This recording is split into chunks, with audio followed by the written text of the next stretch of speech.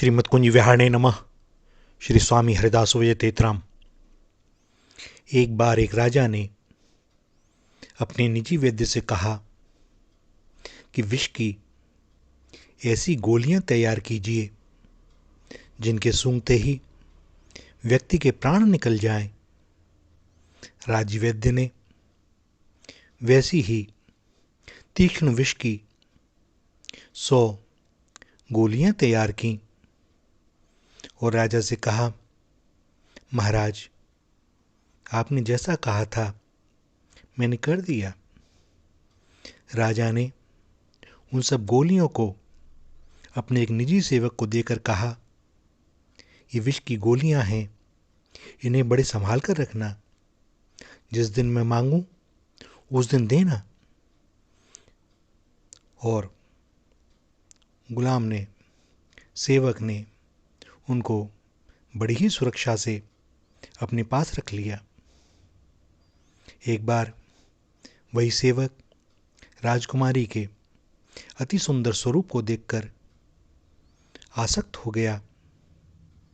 वह जानता था कि कहाँ वह राजकुमारी, कहाँ वह सेवक। सो वह उसके विरह में रात दिन दुखी रहने लगा। फिर एक दिन उसने विचार किया कि इस जन्म में तो मेरा राजकुमारी से मिलना संभव ही नहीं, और यह विरह का दुख मैं सहन नहीं कर पा रहा। इससे तो अच्छा है कि मैं अपने प्राण त्याग दूं। ऐसा विचार कर उसने उन विष भरी गोलियों में से एक गोली खा ली और सोचा कि बस इससे अच्छा क्या, सोते सोते प्राणांत हो जाएगा। किंतु सुबह नींद खुल गई और देखा कि मैं तो मरा नहीं। फिर उसने एक और गोली खाई, किंतु कुछ हुआ नहीं। धीरे धीरे करके उसने वह सारी विष भरी गोलियां खा ली, किंतु आश्चर्य की बात, वह मरता नहीं, इतने तीक्ष्ण विष की गोलियों के बाद भी। अब उसने ये बात किसी को नहीं बताई। कुछ दिन गुजर गए। राजा ने एक दिन उस सेवक से उन विष भरी गोलियों की शीशी को मांगा और तब वह अपने हाथ जोड़कर बोला, महाराज, वह तो मैंने सब खा ली। यह सुनकर राजा को बड़ा आश्चर्य हुआ कि इसके बाद भी यह जिंदा है। तो राजवैद्य ने आखिर बनाया क्या? वह तो कह रहे थे बड़े तीक्ष्ण विष की गोलियां हैं। राजवैद्य आया। उसने पूछा, महानाथ, किससे बुलाया?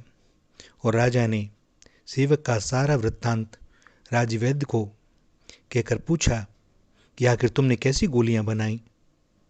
तब अनुभवी राजवैद्य ने बहुत सोच विचार कर कहा, महाराज, मेरी गोलियों में तो कोई कसर नहीं थी। अवश्य ही इसका चित्त कहीं अटका हुआ है, अतः इस पर उनका प्रभाव नहीं पड़ा। राजा ने कहा, इसका निश्चय कैसे किया जाए? तब राजवैद्य ने कहा कि किसी सुंदर चित्रकार को बुलाया जाए। राज्य के सबसे बड़े चित्रकार को बुलाया गया और उससे कहा गया कि तुम राजा के संपूर्ण महल के जितनी भी उसकी रानियां हैं उन सबका चित्र बनाकर इसे दिखाओ। चित्रकार ने एक एक करके सबके चित्र बनाकर उस सेवक को दिखाए और जब उसने राजकुमारी का चित्र दिखाया तो उस सेवक का चित्त स्वस्थ हो गया और जैसे ही उसका चित्त स्वस्थ हुआ उसी क्षण उसका शरीर भस्म हो गया।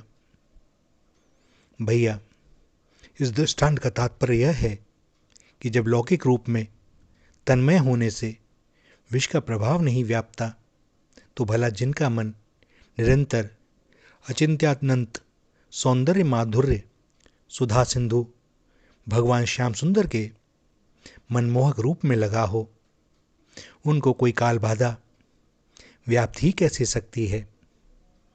और इसीलिए भैया, संतों के ऊपर किसी भी अनुकूल प्रतिकूल परिस्थिति का प्रभाव नहीं पड़ता। अवश्य ही वह हमें दिखाई देता है कि कोई रोगग्रस्त है, किसी को कोई असुविधा है, किंतु उनके चित्त की स्थिति बिल्कुल अलग होती है। उन्होंने तो उस भगवान को अपना सब कुछ समर्पित कर दिया। श्री श्याम सुंदर के श्री चरणों से, श्री युगल सरकार के श्री चरणों से उनका चित्त कभी हटता ही नहीं। देह का उन्हें कोई भान नहीं है तो ठीक, नहीं है तो ठीक, वे जाने उनका कार्य जाने, वे अभय हो जाते हैं। श्री राधा, श्री राधा, श्री राधा।